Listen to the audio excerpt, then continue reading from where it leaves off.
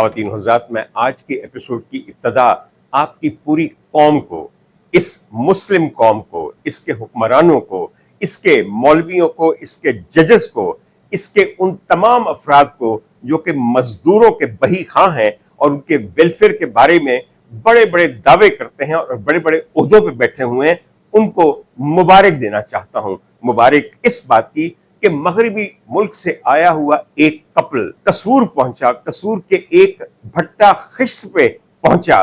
بھٹا خشت ہوتا ہے جہاں پہ اینٹیں بنائی اور پکائی جاتی ہیں، جسے برک کلن کہا جاتا ہے۔ اس مغربی جوڑے نے، دو میاں بیوی نے اس بھٹے پہ پہنچ کے آپ سب کے منہ پہ، ہم سب کے منہ پہ ایک ایسا تمانچہ رسید کیا ہے کہ جس کی آواز پوری دنیا میں سنی جا رہی ہے۔ ہمارے ابھرے ہوئے گالوں کے اوپر، ہمارے گالوں پہ ابھرے ہوئے یہ نشان دنیا جہان کو ایک داغ کی طرح نظر آ رہے ہیں، لیکن ہم ایسے بے حس اور بے غیرت ہیں کہ ہمیں کوئی فرق ہی نہیں پڑتا کہ وہ آ کے ہمیں کیا کہہ گئے ہیں، ہمارے ساتھ کیا کہہ گئے ہیں، اور ہمارے معاشرے کی کس گندگی، غلاظت اور خباثت کو دنیا کے سامنے ننگا کر گئے ہیں۔ ایکچولی ہم نے بحیثیت قوم اور بحیثیت حکومتیں جینے کا ایسا عمدہ طریقہ اپنایا ہے کہ بے حس ہو جاؤ، ہر چیز کو روٹی پہ رکھ کے کھا جاؤ، گاؤں گاؤں کر کے، کسی چیز میں غیرت، شرم یا حیا محسوس ہی نہ ہو۔ خواتین و حضرات، یہ جینے کا طریقہ نہیں ہے، یہ مرنے کا طریقہ بھی نہیں ہے کہ انسان بے غیرت ہو کے مر جائے۔ یہ کسی اور سٹیٹ آف ایگزسٹنس کا طریقہ ہو سکتا ہے، اسے یقیناً زندگی گزارنے یا زندگی ختم کرنے کا طریقہ نہیں کہا جا سکتا۔ آپ کہیں گے یہ میں کیا بات کر رہا ہوں، شروع میں مجھے غصہ چڑھ گیا۔ غصہ نہیں ہے، ایک انتہائی بے چارگی اور لاچاری کی کیفیت ہے۔ خواتین حضرات، ہمارے ہاں برسوں سے نہیں، صدیوں سے سلیوری موجود ہے۔ انسانوں کو غلام بنا کے ان سے جبری مشقت لینا موجود ہے۔ ہمارے ہاں انسانوں سے اس قسم کا سلوک کیا جاتا ہے کہ وہ بالکل جانوروں سے بھی دنیا نہ کرے۔ نہیں، میرا اشارہ اس پارٹی کے ورکرز کی طرف نہیں ہے، وہ تو پچھلے 2-3 سال کا قصہ ہے، میں صدیوں کا قصہ آپ کے سامنے بیان کر رہا ہوں۔ پاکستان دنیا کا واحد ملک ہے، دنیا کا واحد ملک ہے جہاں پہ آج بھی روز افزوں ترقی کر رہی ہے، پرورش پا رہی ہے بانڈڈ سلیوری۔ ایک بانڈ میں جکڑے ہوئے، جبری مشقت پہ مجبور، ذلیل ہوتے ہوئے، تباہ ہوتے ہوئے، نسل در نسل غلام، جن کو کوئی نجات نہیں مل سکتی، جن کا کوئی داد رسی کرنے والا نہیں ہے، جن کے کوئی حقوق نہیں ہے، نہ ہمارے آئین میں، نہ قانون میں، نہ معاشرے میں، نہ وزارت صنعت کی کسی ڈکشنری میں۔ خواتین حضرات، بات بڑی سمپل ہے۔ 19ویں صدی میں پوری دنیا میں غلامی کو ایبولش کر دیا گیا۔ اسے مکمل ایبولش کرتے ہوئے کچھ دیر اور بہت کوشش لگی، لوگوں نے بہت بڑے بڑے قوانین بنائے، بالآخر افریقہ سے آئے ہوئے غلاموں کو آزادی نصیب ہوئی۔ ان کو آہستہ آہستہ نگر سے بلیک افریکنز کہنا شروع کیا گیا، نام بدل گئے، ان کے مقام بدل گئے، حتیٰ کہ ایک وقت آیا کہ باراک اوباما کی شکل میں ایک کلرڈ بلیک امریکن امریکہ کو ایز اے پریزیڈنٹ نصیب ہوا، مگر یہ بھی ان کی 250 سال کی ہسٹری میں ایک دفعہ پیش آیا۔ خواتین و حضرات، اس ملک میں جسے آپ اسلامی مملکت پاکستان کہتے ہیں، خداداد مملکت کہتے ہیں، جو کلمے کی بنیاد پہ بنائی گئی، جہاں پہ آپ سب لوگوں کو ریاست مدینہ کا نقشہ دیکھنا مقصود و منظور ہے، اس ملک سے کبھی بھی 19ویں صدی سے لے کر 21ویں صدی آ گئی، غلامی کا خاتمہ نہیں ہوا اور نہ ہی کبھی ہو سکتا ہے۔ میری یہ بات لکھ کے رکھ لیں۔ ہمارے ہاں غلامی کی کئی شکلیں ہیں، جو کھیتوں میں کام کرنے والے مزدور بھی ہیں، مگر سب سے زیادہ بڑی تعداد میں جو ہمارے ہاں بانڈڈ سلیوز نظر آتے ہیں، وہ ہمارے گھروں کو تعمیر کرنے کے لیے جو اینٹیں بنانے والے مزدور ہیں بھٹوں کے اوپر، ان میں نظر آتی ہے۔ 6 نسلیں کئی خاندانوں کی انہی کلنز کے اوپر کام کرتے ہوئے گزر گئی ہیں۔ اور ان کا قصور کیا ہے کہ ان کے کسی بزرگ نے بہت پہلے کسی ہسپتال کا بل دینے کے لیے، کسی بیٹی کو بیاہنے کے لیے، کسی اور ضرورت کے تحت ایک چھوٹا سا قرضہ ایک بھٹے مالک سے لیا.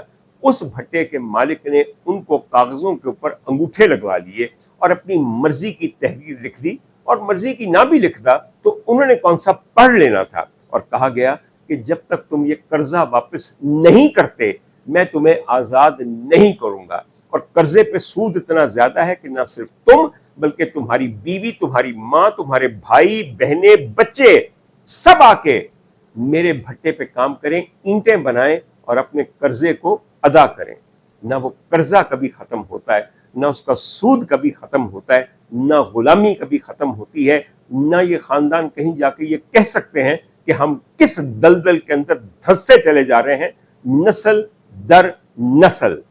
مگر اس مغربی جوڑے نے، جن کے بارے میں اچھی طرح جانتا ہوں کہ وہ کس ملک سے آئے ہیں، انہوں نے قصور میں آ کے ایک ایسے خاندان کے 8 افراد کو غلامی سے نجات دلائی ہے جو کہ 1880 سے 136 سال سے ایک بھٹا مالک کے غلام تھے، اور اتنے سالوں میں تقریباً 150 سال کے اندر کسی نے ان کی داد رسی نہیں کی. اور یہ ہم کہتے ہیں کہ ہم مسلمان ہیں، کلمہ گو ہیں، ہماری حکومتیں ہمارے حقوق کی محافظ ہیں. خواتین حضرات، اس خاندان کے 11 افراد کو غلامی سے نجات دلانے کے لیے محض 3 سے 4 ہزار ڈالر چاہیے تھے. کتنی معمولی رقم ہے، اتنی معمولی رقم ہے.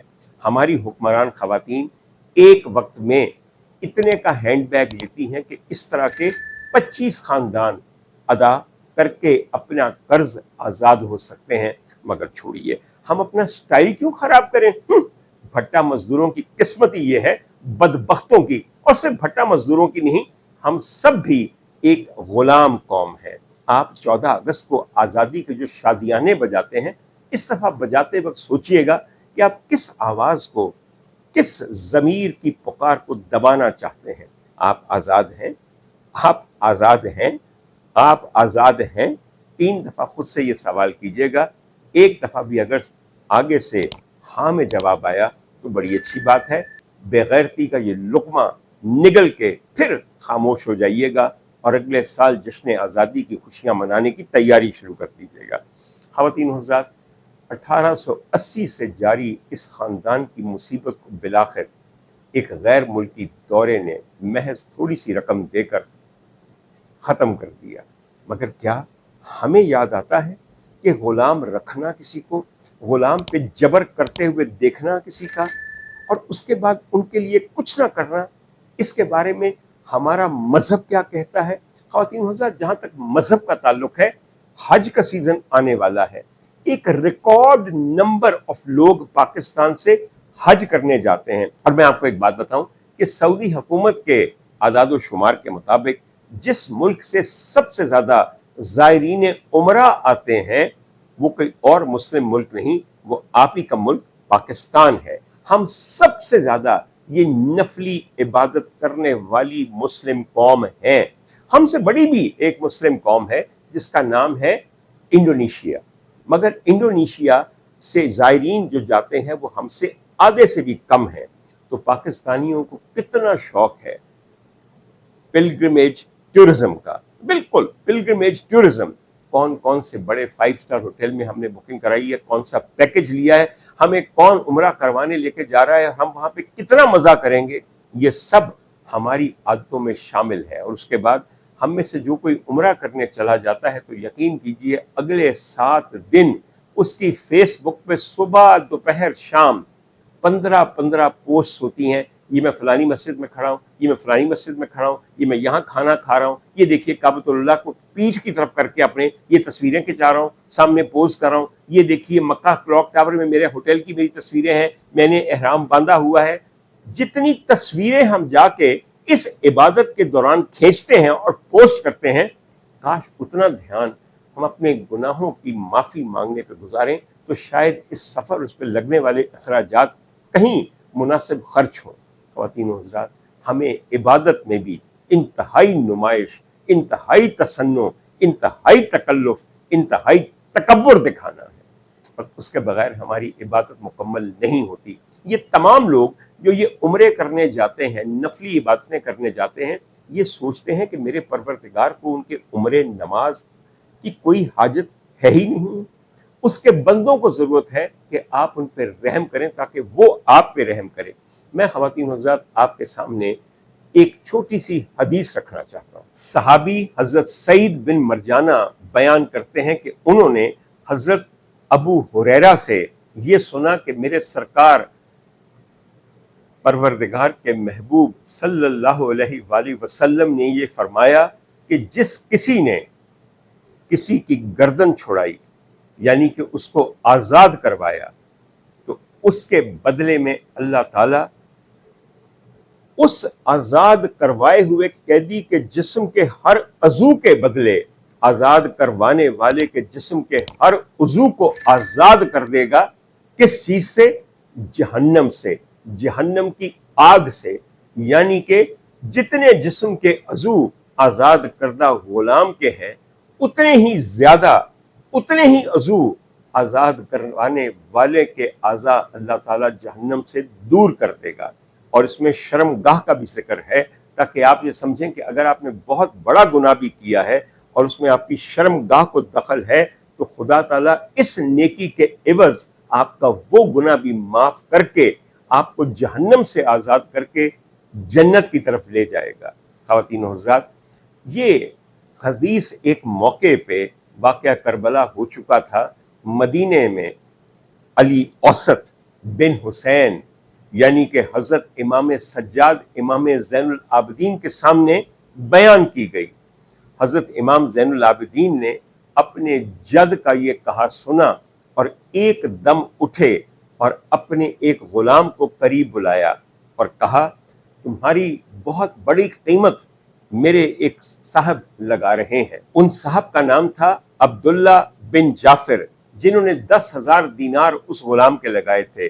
انہوں نے کہا کہ سرکار کی یہ بات سننے کے بعد 10,000 دینار تو کیا، جتنی مرضی دولت ہو، جاؤ، میں نے تمہیں اپنی خوشی سے آزاد کیا، تم جیسے چاہو زندگی گزارو، جہاں چاہو جو مرضی کرو، آج سے میں نے تمہیں کسی طرح بھی پابند نہیں کرنا۔ خواتین و حضرات، یہ ہے کردار جو مسلمانوں کا ہونا چاہیے۔ یہاں میں آپ کو صرف یہ بات بتا دوں کہ جہاں تک کسی کی گردن کو چھڑانے یعنی کہ آزاد کرنے کا تعلق ہے، اس میں صرف غلام یا لونڈیاں نہیں ہیں۔ اگر کوئی شخص قرض میں دھنسا ہوا ہے ایسا کہ اس سے قرض ادا نہیں ہوگا، اگر کوئی قیدی قید ہے اور صرف چند روپوں کی خاطر نہ اس کی ضمانت ہو رہی ہے نہ اس کی خلاصی ہو رہی ہے، وہ بھی اس میں شامل ہیں۔ سچ بتائیے، آپ میں سے جتنے لوگ میرا یہ ویلاگ دیکھ رہے ہیں، زندگی میں کبھی آپ نے یہ کوشش کی کہ جووینائل پرزن کے اندر، بچوں کی بوسٹر جیل کے اندر، کیمپ جیل لاہور میں، کوٹ لکھپت جیل لاہور میں، پورے پاکستان کے طول و عرض میں پھیلے ہوئے جیل خانہ جات میں جو بچے، جوان یا عورتیں دھنس دی گئی ہیں چھوٹے چھوٹے مقدموں میں، جھوٹے مقدموں میں، چوری چکاری کے مقدموں میں، ان کو کبھی آپ نے سوچا کہ ہم آزاد کروائیں عمرہ کرنے کی بجائے؟ کیونکہ عمرے میں تصویریں بنتی ہیں، ان کو آزاد کرنے میں شاید آپ اپنے مصاحبین کو اور فیس بک فرینڈز کو اور دیگر دوستوں کو مروب نہ کر سکیں، متاثر نہ کر سکیں۔ خواتین و حضرات، جب میں جیل گیا تھا تو اللہ تعالیٰ نے کسی مقصد کے تحت مجھے بھیجا تھا۔ ایک مقصد نہیں تھا، سینکڑوں مقاصد تھے۔ ان میں سے ایک مقصد میں آپ کو یہ بتا دوں کہ میں یہ جان جاؤں کہ جیل میں کتنے بچے اس قوم کا مستقبل گل سڑ رہے ہوتے ہیں، محض اس بات میں کہ بچے نے بھوک کے مارے ڈبل روٹی چرا لی تھی اور 1.5 سال سے وہ جیل میں ہے اور روٹیاں توڑ رہا ہے حکومت پاکستان کے خرچے پہ، مگر اس کی ضمانت کے پیسے نہ ہونے کی وجہ سے اپنی بچپن کے، اپنی زندگی کے 1.5 سال بلکہ 2 سال بلکہ 3 سال وہاں ضائع کر چکا ہے۔ خواتین و حضرات، کبھی سوچئے گا، اپنے گریبان میں جھانکیں کہ آپ نے کبھی کسی قیدی کو آزاد کروایا ہے؟ کوشش بھی کی ہے؟ کیا ہمارے ہاں کوئی طریقہ رائج ہے کہ ہم قیدیوں کی معمولی ضمانت دے کر، مچلکے دے کر ان کو آزاد کروا سکیں. میں اپنی ڈینگ نہیں مارنا چاہتا، میں کسی لائق نہیں، میں حقیر، بدکار، گناہ گار ہوں. مگر جب میرے پروردگار نے مجھے آشنا کیا اس حقیقت سے، تو جو پہلے کچھ کام میں نے جیل سے نکلنے کے بعد کیے تھے، میرے گواہ بھی موجود ہیں، وہ مجرمان جو کہ قیدوں سے آزاد ہو گئے. میرا اللہ بھی میرا گواہ ہے، اور میرے کچھ دوست بھی میرے گواہ ہیں جنہوں نے میری مدد کی اس سلسلے میں. اور میں نے چھوٹی چھوٹی عمروں کے کئی بچوں کو جیل سے نجات دلوائی، ان کے وکیل کے پیسے دیے تاکہ وہ آزادی ایک دفعہ پھر سے انجوائے کر سکیں. خواتین و حضرات، میرا آپ کو بھی مشورہ ہے کہ آئندہ جب کسی نیکی کا سوچیں تو یہ ضرور سوچیے گا کہ آپ کے نبی نے اپنے پروردگار کے کس وعدے کا آپ سے ذکر کیا، اس کا وعدہ کبھی خالی نہیں جائے گا. جس شخص نے جہنم سے خود کو نجات دلانی ہو، وہ کسی کی گردن چھڑا دے غلامی سے، گردن چھڑا دے قرض سے، گردن چھڑا دے قید سے. یاد رکھیے گا خواتین حضرات، جہاں تک غلام کو آزاد کروانے، قرضئی کو آزاد کروانے، لونڈی کو آزاد کروانے کا حکم ہے، اللہ تعالیٰ کو یہ اتنا پسند ہے یہ عمل کہ کئی گناہوں کا کفارہ انہوں نے آزادی کو کر دیا ہے. میں آپ کے سامنے چھوٹا سا ذکر کروں، آپ لوگ یہ باتیں نہیں جانتے ہوں گے، سن لیجئے، بس کر دیجئے چسکے پنکی کے اور مومنہ کے. ایک بات یہ بھی سن لیں جس کی وجہ سے آپ کی نجات ہو جائے شاید. خواتین و حضرات، گناہ زہار کا کفارہ کیا ہے؟ غلام کو آزاد کروانا، کسی کی گردن چھڑانا. آپ کہیں گے گناہ زہار کیا ہے؟ بتاتا ہوں آپ کو. گناہ زہار یہ ہے کہ ایک مسلم مرد اپنی نکاحی ہوئی بیوی کو کسی اور محرم رشتے سے پکارے یا اس سے تشبیہ دے. مثلاً کیا؟ مثلاً بیوی کو کہے غصے میں یا مذاق میں، تم تو میری بالکل بہن بن گئی ہو، تم تو میری ماں بن گئی ہو، تم تو میری بیوی نہیں رہی بلکہ کوئی اور رشتے میں میری چاچی یا پھپھی بن گئی ہو. جب سے تم نے میرے بچے پیدا کیے ہیں تب سے تمہارا جسم اور اس کے مخصوص اعضاء ڈھیلے ہو گئے ہیں، تمہارا بدن ویسا چست نہیں رہا، تمہارے چہرے پہ تو جھریاں پڑ گئی ہیں، تمہاری چھاتیاں جو کبھی مجھے لبھاتی تھیں اب لٹک گئی ہیں، اس لیے اب تم میری بیبے ہو. خواتین و حضرات، یہ باتیں مانوس ہیں نا، یہ مکالمے سنے ہوئے ہیں نا یا کہے ہوئے ہیں نا. میں یہ بھی ذکر کرتا ہوں کہ یہ کس نے حالیہ طور پہ بہت زیادہ کہے ہیں. خواتین حضرات، اسے کہتے ہیں گناہ زہار، اور گناہ زہار کے بعد عورت آپ پہ حرام ہو جاتی ہے. اللہ تعالیٰ نے مگر اس کا کفارہ رکھا ہے. یہ نہیں کہا کہ دوبارہ نکاح کرے، یہ نہیں کہا کہ طلاق ہو گئی، یہ کہا ہے کہ تم ایک غلام کو آزاد کروا دو اور پھر بیوی تم پہ حلال ہو جائے گی. خواتین حضرات، ایک اور گناہ ہے جسے کہا جاتا ہے قتل خطا. قتل دو قسم کے ہوتے ہیں، قتل عمد یعنی کہ آپ نے پلان کر کے کسی کو جان بوجھ کے قتل کیا جیسا کہ عموماً قتل ہوتے ہیں، اور ایک ہے قتل خطا یعنی کہ آپ کسی کو قتل نہیں کرنا چاہتے مگر آپ کے ہاتھوں کوئی قتل ہو گیا. فار ایگزامپل، پہلے زمانے میں لوگ تیر چلاتے تھے جنگل میں جانوروں کو مارنے کے لیے، وہ جا کسی اور کو لگتا تھا. آج کے زمانے میں آپ گولیاں چلاتے ہیں، شادیوں میں بیٹھ کر پورے کلیشنکوف کے کئی بسٹ مارتے ہیں. اس میں منڈیروں پہ بیٹھا وہ کوئی بچہ اگر گولی لگنے سے مر جائے، میں تو اسے ویسے قتل عمد سمجھتا ہوں مگر آپ اسے قتل خطا سمجھیں گے. جب گولیاں چلیں گی اور اس تعداد میں چلیں گی اور کوئی مرے گا تو آپ کا مقصد وہاں پہ جو ڈینگ مارنی تھی، اپنی شان دکھانی تھی، اپنی سیاسی حیثیت دکھانی تھی، تو وہ محرک بن گیا انسان کی جان لینے کا. باہر طور عدالتوں میں آپ کہیں گے غلطی سے لگ گیا، غلطی سے لگ گیا نا. اللہ تعالیٰ نے قتل خطا کا کفارہ بھی کسی غلام یا لونڈی کو آزاد کروانا رکھا ہوا ہے. آپ لوگ کہیں گے ڈاکٹر صاحب پرانے زمانے کی باتیں کرتے ہیں کہ جب لونڈیاں اور غلام ہوتے تھے، اب کہاں ہوتے ہیں؟ بتا دیا آپ کو میں نے. اب دنیا کا ایک ہی ملک ہے جہاں پہ بانڈڈ لیبر ہے، جہاں پہ غلام ہیں، لونڈیاں ہیں، نسل در نسل ہیں، اور وہ ہے ملک پاکستان.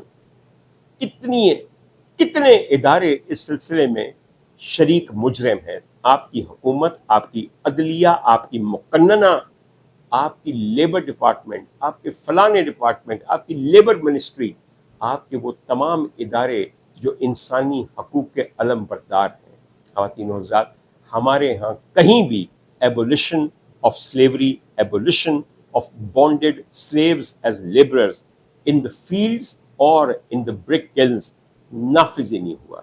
آپ کو بتا دیا اس ایک جوڑے نے آ کے کہ یہ لو مسلمانوں، تم اپنی تعلیمات اپنے پاس رکھو، جا کے حج عمرے کرو، کھابے کھاؤ، ہم آئے ہیں تمہارے ملک کے غریب پستے ہوئے خاندانوں کو آزاد کروانے کے لیے.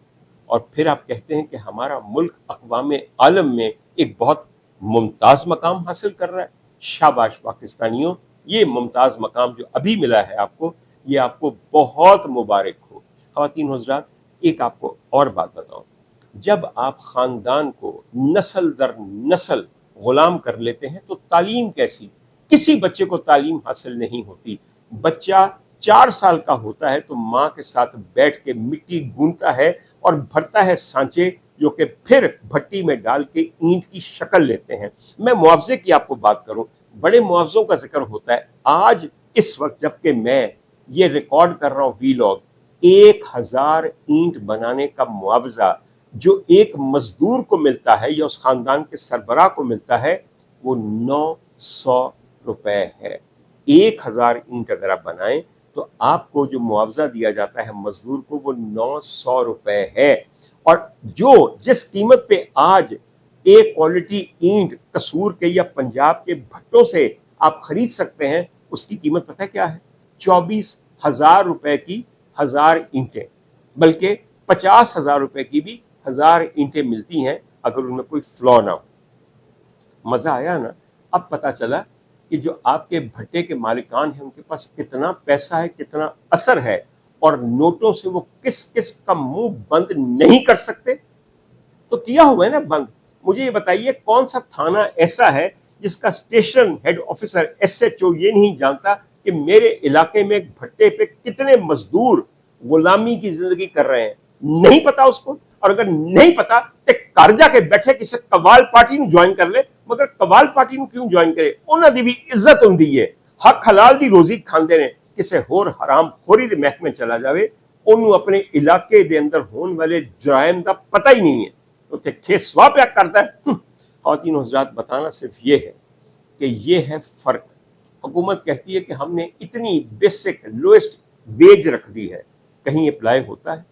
وہ جو تمام آپ حقوق کہتے ہیں کہ پاکستانیوں کو حاصل ہیں، جو آج کسی کو نہیں حاصل، اس کی بدترین شکل استحصال کی ہمیں ان سلیوز میں نظر آتی ہے.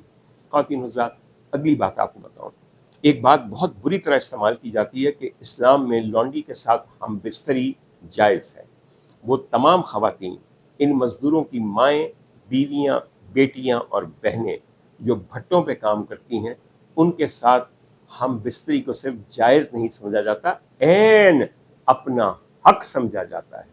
کوئی ایک عورت ایسی نہیں ہے جس کی عزت کو بار بار لگاتار سال بسال نسل در نسل لوٹا نہیں جاتا، تباہ نہیں کیا جاتا، اور ہم سب آرام سے بیٹھے دیکھ رہے ہیں.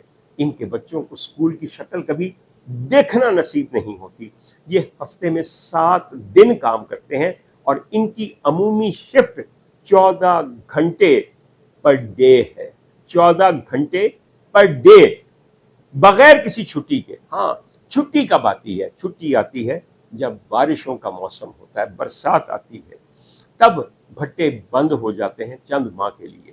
اور یہ چند ماہ دراصل ان خاندانوں کی تباہی کا اصل باعث بنتے ہیں. آپ کے تئیں باران رحمت برستا ہے، ان کے لیے تباہی برستی ہے، اس لیے کہ اس دوران ان کو کوئی ویج نہیں ملتی کیونکہ اینٹیں نہیں بنا رہے ہوتے. تب مالکان ان کو قرضہ دیتے ہیں، اور وہ قرضہ پھر اگلے سال اور اس کے اگلے سال، اس کے اگلے سال تک، یہ ہزاروں سال تک بھی اگر پے کرتے رہیں تو وہ پے نہیں ہو سکتا. کیا عمدہ self generating, self recreating system ہے اس استحصال کا کہ نہیں ہے؟ آپ ذرا یہ سوچئے کہ جن گرم مہینوں کے اندر اینٹیں خوب پکتی ہیں، اس میں پنجاب بھر میں درجہ حرارت 50 ڈگری کے قریب ہوتا ہے، بلکہ اس سے بھی زیادہ بڑھ جاتا ہے. زیر زمین بھٹیاں پاخری ہوتی ہیں، وہاں انسانی قدم رکھا نہیں جا رہا ہوتا. دھوپ میں بغیر سائبہ، بغیر کسی سائے کے، عورتیں اور بچے بیٹھ کے موٹی مٹی کو گوند گوند کے ہاتھوں سے سانچے بھرتے ہیں اور اف نہیں کر سکتے. خشک ہو کے مٹی اڑتی رہتی ہے جو ان کے سانسوں کے ذریعے ان کے اندر جا کر ایک پورے کا پورا لیپ کر دیتی ہے ان کے پھیپھڑوں کا. یہ جلدی مر جاتے ہیں اور شکر ہے کہ جلدی مر جاتے ہیں کیونکہ اس طرح کون جینا چاہتا ہے. موت ان کا واحد حل ہے. موت ان کی واحد نجات دہندہ ہے اس زندگی سے. میں، آپ، ہمارا قانون، ہمارا ملک، ہمارے حکمران، ہمارا لیبر ڈپارٹمنٹ قطعاً ان کے نجات دہندہ نہیں ہے. آپ مئی کی 1 کو لیبر ڈے مناتے ہیں. کس منہ سے مناتے ہیں؟ کس منہ سے مناتے ہیں؟ اسی مہینے میں آ کے آپ نے لیبر ڈے پہ چند سمپوزیم کیے اور ایک مغربی کپل آ کے آپ کے منہ پہ ایسی چپیڑ مار کے گیا کہ اگر محسوس کرنے والے ہوتے اور اس طرح بے حس نہ ہوتے تو کانپ جاتے کہ ہماری آنکھوں کے نیچے، ہمارے ناک کے نیچے، ہمارے اطراف کیا ہو رہا ہے. مگر مجال ہے کسی کو کوئی فرق پڑتا ہو، مجال ہے کوئی کچھ کرنا چاہے. خواتین حضرات، اس کی ایک شکل میں آپ کو اور بتاؤں. شکل یہ ہے کہ تنگ آ کے اگلا قرضہ چونکہ لے نہیں سکتے تو بہت سارے مرد جو ہمارے بھٹوں پہ کام کرتے ہیں ان کے لیے ایک اور ٹریپ ہے. ایک آدمی ان کے پاس آتا ہے جو دلال ہوتا ہے غیر قانونی ہیومن آرگن ٹریڈ کا، اور کہتا ہے تمہارے پاس اللہ نے تمہیں 2 گردے دیے ہیں تو ایک بیچ دو نا، تمہیں ہم 1,00,000 روپیہ دیں گے، کچھ دن تمہارے آسانی سے گزر جائیں گے اور ہو سکے تو اپنا قرض واپس کر دو اور آزاد ہو جاؤ.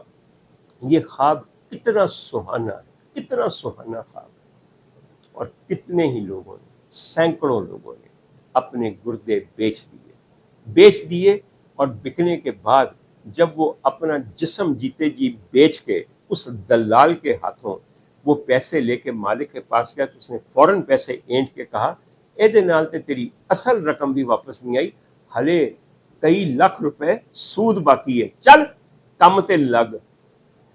خواتین حضرات، صرف یہ نہیں، یہ ہونا شروع ہو گیا کہ اس کے بعد دلال نے سوچا کہ میں کیوں نہ بھٹے کے مالک کے پاس جاؤں، اس کو اپنا حصے دار بناؤں اور درجنوں کی تعداد میں وہ مزدور میرے ہاتھ میں دے جن کے گردے نکال کر میں خلیجی ممالک سے آنے والے، جارڈن سے آنے والے ریسیپینٹس کو لگاؤں اور کروڑوں روپیہ کماؤں.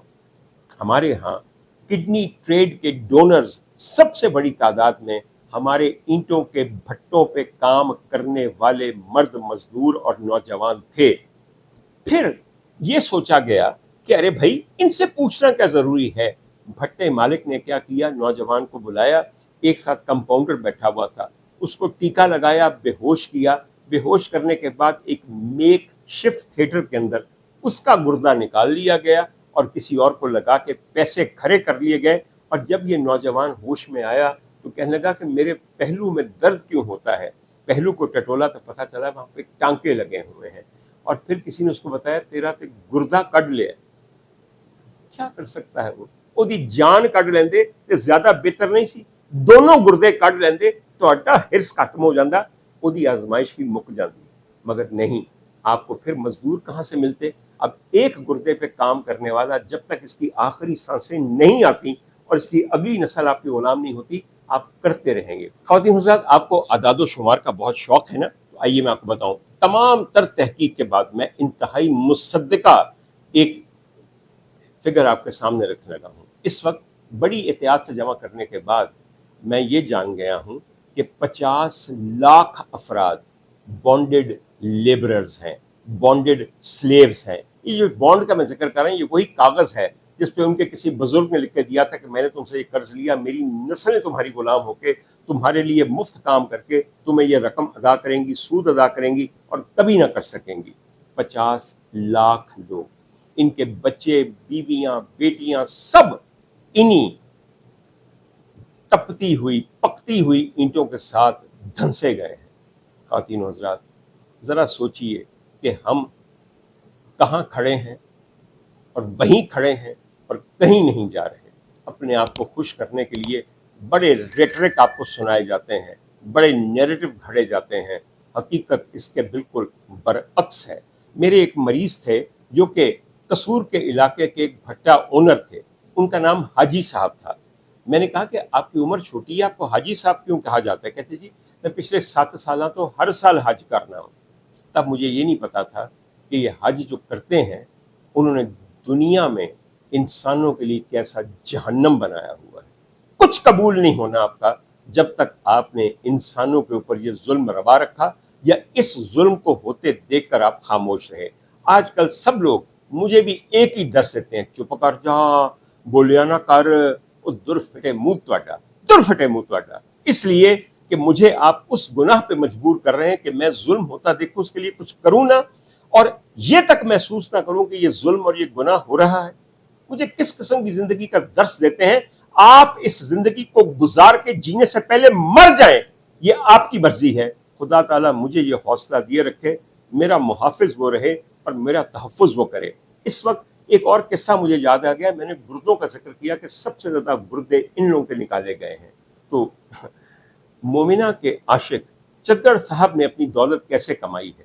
آج سے تقریباً 8 سال پہلے وہ جس جرم میں پکڑے گئے تھے اور انہوں نے اقبال بھی کیا تھا میڈیا پہ آ کے کہ میں ناجائز گردوں کے کاروبار میں ملوث ہوں، ڈاکٹر فواد کے ساتھ جو میرے کزن ہیں، اور ثناء اللہ کے ساتھ، اور فلاں کے ساتھ، اور فلاں کے ساتھ، اور میں بنیادی طور پہ FA فیل ہوں اور ٹیسٹ کرتا ہوں مریضوں کے FA فیل ایک آدمی۔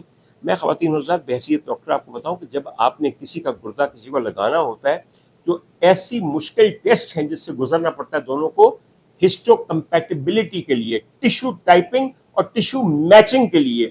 میں آپ کو خون دوں تو آپ کا بھی خون اور میرا بھی خون پہلے کچھ مراحل سے گزرے گا۔ ہماری ریسس کمپیٹیبلٹی دیکھی جائے گی، ہماری ABO کمپیٹیبلٹی دیکھی جائے گی، کیونکہ یہ اتنا عمدہ عطیہ آپ کے لیے موت کا باعث نہ بن جائے مس میچڈ ٹرانسفیوژن کی وجہ سے۔ مگر یہاں پہ HLA typing, human leukocyte antigen typing, MCH typing, major histocompatibility complex typing, یہ سب چیزیں چدر صاحب کرتے تھے آج سے 6-8 سال پہلے۔ کمال ہے چدر صاحب، مینو کی پتا سی تسی ایڈے بڑے پیتھولوجسٹ بھی رہ چکے ہو، FA فیل ہو کے، بھائی واہ کمال بات ہے۔ مگر دیکھیے میں آپ کو ایک بات بتاؤں، بہت سارے لوگ بہت ساری باتیں کر رہے ہیں کہ چدر صاحب کے ساتھ بڑی زیادتی ہوئی، اور وہ بھی اپنے دفاع میں ویڈیوز بنا کے اپنی معصومیت ظاہر کر رہے ہیں۔ میں نے کسی سے پوچھا کہ آپ نے یہ ویڈیو دیکھی تو آپ کو کیسا لگا؟ تو وہ کہنے لگے ڈاکٹر صاحب گل اے وے کہ لوکاں دے گردے کڈ کے امیراں نوں لائے تاکہ وہ موت سکن، تے اس پیسے نال جے اپنے کپوریاں دی پیدا کردی رطوبت دے اخراج دا انتظام کر لیا کہ کی برا ہے، حساب برابر کر لیا یا نہیں کر لیا۔ دوسری بات جو بہت سارے لوگ کہتے ہیں کہ مومنہ اقبال ایک ڈرامہ آرٹسٹ ہیں اور اس کے ساتھ ایسا نہیں ہونا چاہیے، کہ چدر صاحب کین ہیں، ان سے بڑا فنکار کوئی ہے ہی نہیں ہے۔ خواتین حضرات آپ میں سے وہ تمام لوگ جو ان کے ٹک ٹاک اور فیس بک اور باقی سوشل میڈیا اکاؤنٹ سے نہیں واقف، ایک دفعہ جا کے دیکھیے، ایک دن میں چدر صاحب 6 ویڈیوز اپنے لگاتے ہیں جو کہ پوری ان کی ویڈیوگرافر ٹیم شوٹ کرتی ہے۔